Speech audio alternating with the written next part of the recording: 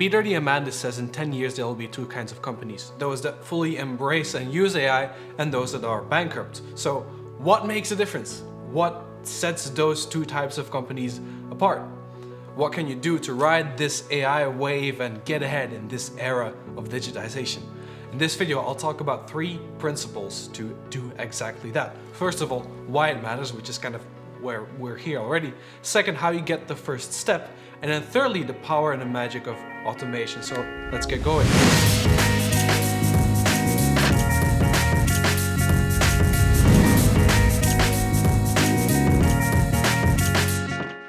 Now, I want to tell this story of a client of mine who was working in the automotive industry on marketing assets, and they needed to be translated from English to Russian.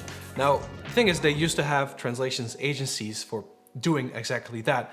And she thought, well, why don't we just try and use ChatGPT for this? Now, it wasn't the easiest thing because there are some very specific terms. You need to translate the words of like the types of the engines and stuff. And of course, there are many expressions that are only like in Russian and are not the same in English. After learning through, getting through prompts and iterating over things, she got there in like a fraction of the time that the agency would need, and basically for almost free. Like this just eliminated the entire cost of a translation agency. And not just that, but the thing that she actually had to do was the interesting part of the job. It was about finding the expressions that you want to have in the Russian to like really feel emotionally connected. It was about these specific terms for the automotive industry and knowing them. So like all the boring, the rote things, the simple sentences, those were all completely automated by ChatGPT.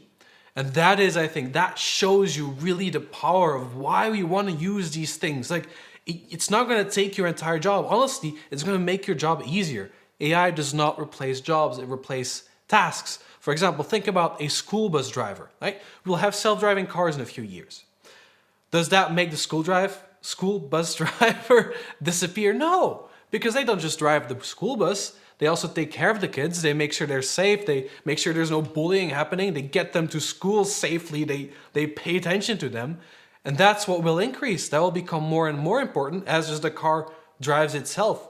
So you could say that the school bus driver finally has time to do the most important part of their job, that is taking care of the kids and being a more social and helpful person. So of course, the profile of what kind of person this is, it will change. But in my point of view, that's a more important, that's a better job. That's honestly a more fun job. And so this is why I think AI is so important and why it's so crucial to start using this today. Because it can bring so much joy back into your life. Like if you think about, if you have a business, like why did you start it?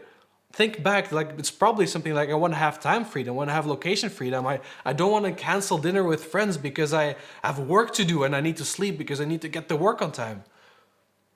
But often when you're starting a business, when you're running a business, it just ends up being more work than the 9 to 5. And then just like, yeah, it's a little bit because you're a little bit more connected with the things and with your customer.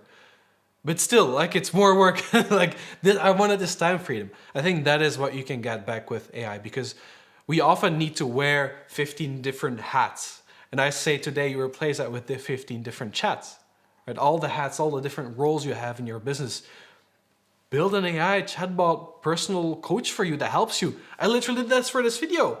I have my AI consultant that is helping me, like my AI video production, whatever, consultant, that is helping me write out these scripts. I didn't do this alone. I did this together with my second brain and with ChatGPT that I programmed to be my consultant in this case. So that is why we really want to have AI and jump on it.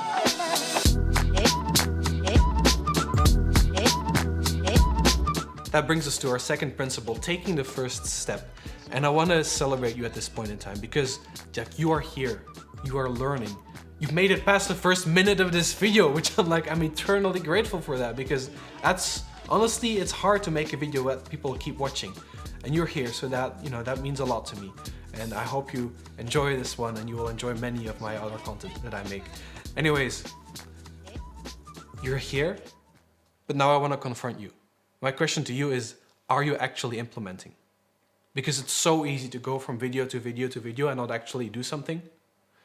Maybe you're overwhelmed by, oh, it's so technical, but Like, think about it. Like, I don't know why people, like, I mean, I'm a programmer, right? I have a lot of experience working with computers. All of this stuff, honestly, it's easy for me. But even for you, I think it's easy. Like, I've been teaching my mom since I was in university. Like, what did you learn today? I'm like, well, I learned about second level memory and direction for virtual machines. And she's like, what's that? I'm like, Mom, we had an entire semester for this. She's like, try explain it anyway. And so I did that over and over and over again. And I got to the point where, like, she understands many of these things, right? It's just like, it's not that because it's technical that you cannot understand. It's because it's technical. You need a different way of someone explaining it to you, right? Because honestly, you have technical knowledge. Maybe you know how a car works. Maybe you know what ingredients do when you put them together and you cook them and like you're making an incredible dish. Like, that's technical knowledge. It's not about computers. Like, it's a different kind of technical knowledge, but you already have it. And so, like, nothing says that you can't do it with artificial intelligence. You just need to have the right way of learning it. And I think the most important part here is starting.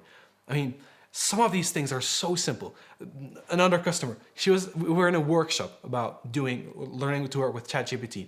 And at some point she's asking me like, so how do I ask ChatGPT to like write me an article, you know, about houses and what like the surface area of that is in relation to the price of it?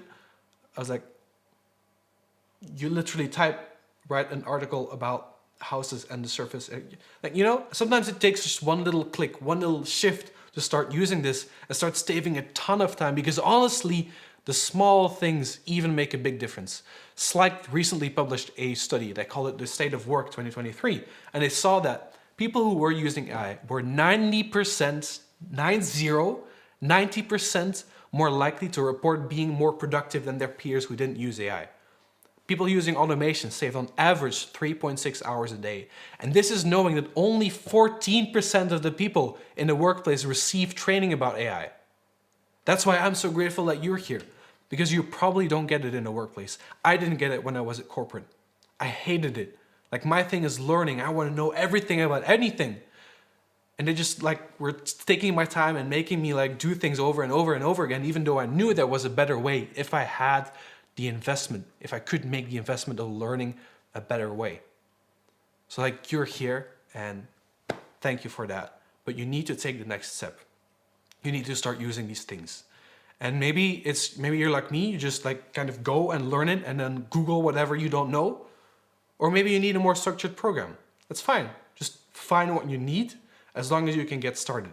You don't need to be an expert. You need to be minimally viably competent. That's one of my favorite words ever. Minimally viably competent. And I said, learn just in time. Like, start using things, start figuring things out that immediately give you value. And then when you get to the point where you're like, okay, I really need to go to the next level, do it. I had this in photography. I bought the cheapest camera I could find when I started out. And then I was learning more and I went to like photography camps and I got better and better. And then at some point I felt that the camera was limiting me. I felt like, wow, this quality, it's just not good. It doesn't have the sharpness. It doesn't have the low light performance anymore. And that's when I knew I needed a new camera. And it's totally fine that I started with a cheaper one, right? Because as you learn to know what you need. So start with the small wins. Start with the quick wins, minimally viably competent, just in time learning. And that just like, it gets rid of your overall because you don't feel like you need to learn everything.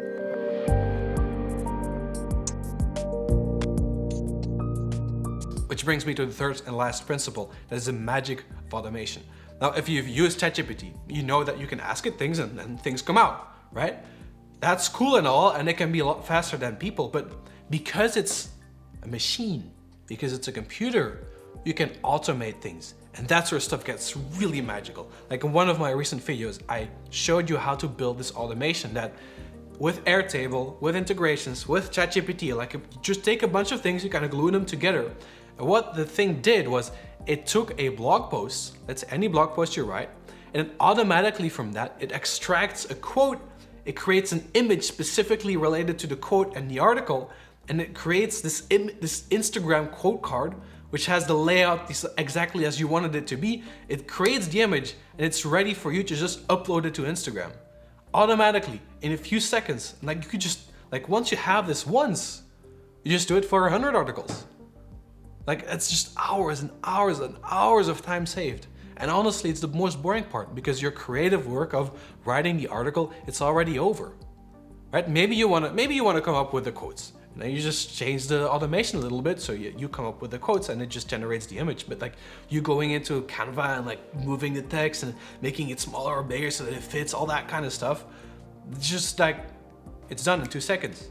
You don't need to think about it anymore, right? You see where the magic here is, right? And once you've done it once, you can do it over and over and over again. And it's not just saving you 5 minutes here and there, but it's saving you hours each week. That is like the absolute mad. That's where I love seeing things like this Rube Goldberg machine. One thing moves, the other thing moves, and then in the end, like you get this beautiful thing. But of course, you don't need to start there. This is more of an advanced automation. What I would say is that for any kind of business, it's important to think about automations and repeatability and systems from the start. Which, if you're a creative type, you're like, oh, please, no, don't do it. But wait, hear me out. Minimally viably competent, remember? What I say is a checklist is a mini automation. If you need to do things 2 or 3 or 4 times, just make a little list of what needs to happen over and over again. Because next time you can read off the list and you don't need to think. The probability of you forgetting something is much, much lower. And you still have your creativity. I mean, you just have the list next to you. It's easy to deviate from it. Right? But it saves you so much time because you're not forgetting things. You're not worried. You know what needs to happen. And then when the time comes, you hand it off to someone else who does it for you, or you hand it off to automation where you kind of program it and make it go automatically.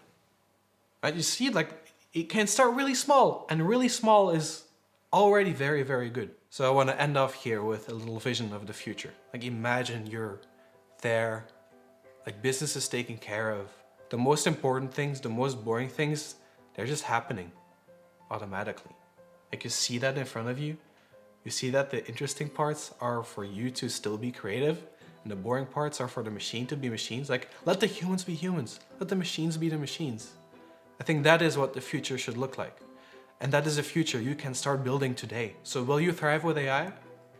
Will you be part of that half of the companies that survive and don't go bankrupt in 10 years?